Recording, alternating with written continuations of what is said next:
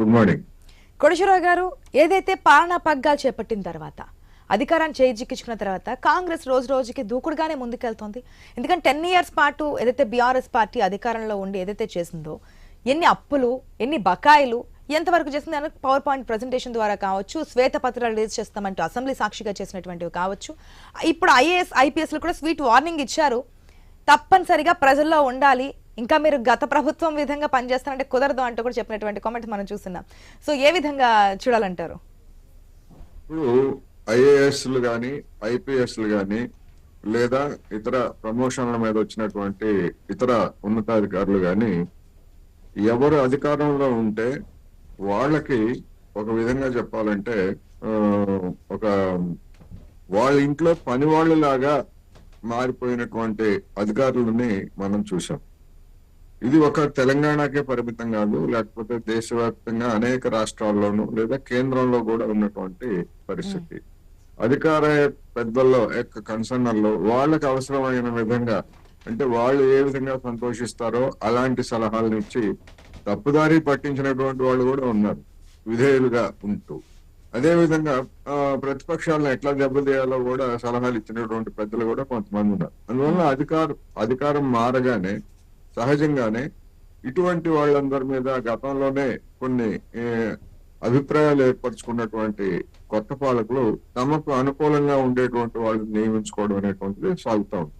ఇది మరొక ఎక్స్ట్రీమ్ కి దారి తీసేటువంటి అవకాశం కూడా ఉంది. ఎందుకంటే ఇటువంటి వాళ్ళందరూ గతంలో లూప్ లైన్ లో ఉండి అవకాశం రాక అధికార పక్షం మీద అసంతృప్తి పెంచుకున్నటువంటి వాళ్ళు ఇప్పుడు ఆ అధికార పక్షమే ప్రతిపక్షంగా మారింది కనుక ఆ ప్రతిపక్షం మీద కూడా గతంలో మాదిరి వీళ్ళు కూడా కక్ష తీర్చుకోవడానికి కూడా అవకాశం ఉంటది. ఆ మేరకు ప్రభుత్వాన్ని తప్పుదారి పట్టించేందుకు కూడా అవకాశాలు ఉంటాయనేది ముందు ముఖ్యంగా కాంగ్రెస్ పెద్దలు గ్రహించాలి. అందువల్ల ఒకటి మాత్రం స్పష్టం, ఎన్ని మార్చినా, బదిలీలు చేసినా, లేకపోతే లూప్ లైన్ లో పెట్టినా, లేకపోతే కేంద్ర సర్వీసులకు పంపినా ఉన్నటువంటి అధికార వ్యవస్థతోనే పనులు చేయించుకోవాలి తప్ప వీళ్ళందరినీ తీసేయడానికి, ఉద్యోగాల నుంచి పంపించేయడానికి అవకాశం లేదు. ఒకవేళ కేంద్రానికి వెళ్ళేట్లయితే ఎంతమందిని పంపిస్తారు, దానికి కూడా పరిమితి ఉంటది. అదేవిధంగా కేంద్రంలో ఉన్నటువంటి వాళ్ళు కూడా ఇటు రావడానికి కూడా ఇవన్నీ అవకాశం ఉంటాయి. అందుకని ఆ విధమైనటువంటి కక్ష సాధింపు లేకపోతే కొంతమంది పనిగట్టుకొని ఇబ్బంది పెట్టేట్లయితే కొత్త ప్రభుత్వం కూడా త్వరలోనే ఇబ్బందులు పాలయ్యేటువంటి అవకాశం ఉంది. ఎందుకంటే అధికార యంత్రాంగం అనేటువంటిది పర్మనెంట్. వాళ్ళు ప్రభుత్వాన్ని లేదా పాలకుల్ని తప్పుదారి పట్టించడంలో మహా నిష్ణాతులుగా నైపుణ్యాన్ని గ్రహించారనేటువంటి చూడాలి. ఇప్పుడు ఉదాహరణకి అందరికీ తెలిసినటువంటి ఆమె స్మితా సబర్వాల్, ఆమె సమీక్షలకు రాకపోయినా లేకపోతే ఇంకోటి అయినా నేను మీరు ఇచ్చిన బాధ్యతలు నేను నిర్వహించను, నేను ఉన్నటువంటి బాధ్యత నేను నిర్వహిస్తాను అని అంటే మరి ఏమీ చేయలేకపోయింది అనేటువంటిది మనకి స్పష్టమైంది కదా.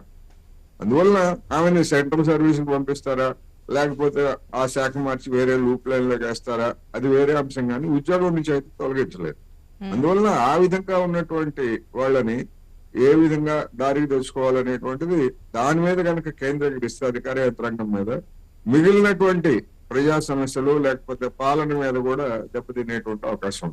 అందుకని కొత్తగా అధికారంలోకి వచ్చినటువంటి రేవంత్ రెడ్డి గారు కానీ లేదా ఇతర మంత్రులు కానీ అధికార యంత్రాంగంతో గరిష్టంగా పనిచేయించుకునే విధంగా చూడాలి తప్ప వాళ్ళతో శత్రుత్వం పెంచుకుంటే నష్టం అనేది ఈ సందర్భంగా నేను చెప్పదలుచుకుంటున్నాను. ఎంతవరకు అంటే ప్రజాపాలనలో మీ పాత్ర కీలకంగా